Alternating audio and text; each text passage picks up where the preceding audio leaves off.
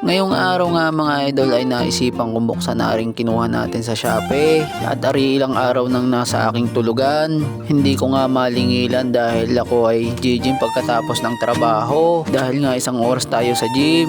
At ito nga bubuksan natin mga idol. Ito nga yung box na pinapahulaan ko sa social media. At dahil nga wala nakahula ay bubuksan na natin. Yan nga pala ay isang drone galing sa DJI. Ito ay isang DJI Neo 2. Kaya tara i-unboxing na natin. Ari nga mga idol dati ko pang pinagpaplanuhan bago ako mag-Taiwan dahil gustong gusto ko nga itong DJI na ito, bagong labas ng DJI. Ito nga palang nabili ko mga idol ay walang remote kasi bago nga ako bumili na rin, pinag-isipan ko talaga ng maigi. Nag-research talaga ako, nanood sa YouTube kung paano ari paliparin at paganahin. At ayun, dahil may extra tayo ay binili ko na are. Ay sa Pilipinas nga nagkakaubusan ay di ni pa kaya. Siya nga pala mga idol, bago kayo bumili sa Shopee, siguraduhin yung legit ang seller nang hindi kayo ma-scam. Ako nga ilang beses ko nang ni-stock ang seller, mga 10 beses na ata. Nagsisigurado baga para hindi sayang ang pera ba, hindi pinupulot din sa Taiwan ang pira. Kaya ngayon gusto ko ipakita sa inyo kung ano yung nabili nating drone. Yan, ari na mga idol, ay napakaganda naman niyo.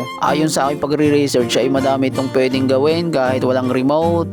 At pwede rin naman yung cellphone mo gawing remote. Yan, inamoy-amoy pa, katanga baga. Sa unang open ko nga mga idol ay hindi ko pa alam kung paano ito open. Dahil kailangan mo pala itong i-activate sa cellphone. At pag na-activate mo nga sa cellphone ay saka lang siya gagana. Ay bago yun, i-download mo muna yung DJI app. Tapos i-open mo yung wifi at saka bluetooth. Tapos kusa na silang magko-connect. Sa una nga ay naninibago ako at baka ito'y masira. Ay sayang ang pira. At ito nga tinanggal ko yung takip ng kanyang gimbal. At ito pa lang ito kanyang itsura pag wala yung kanyang gimbal cover. Ito naman guys, papakita ko naman sa inyo kung ano yung kasama niya, mga accessories. Meron siyang manual instruction kung paano paganahin at i-connect sa cellphone. At may extra propeller din siya. At kung nakikita nyo ay may cord yan para sa kanyang battery charger. At ito pa yung iba mga idol, extra propeller pa rin.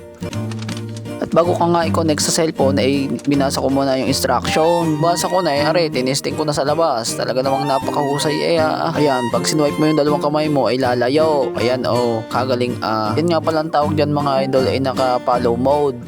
Susunod sa iyo kung saan ka magpunta. Pero mas maganda daw kung may remote kasi magagawa mo yung mga exhibition niya. Ay wala tayong budget di tsaga-tsaga muna, di ka? Ay ayos nga ring nabili kong cameraman sunod sa akin lahat Siya mga idol, hanggang dito na lang muna. Continue muna.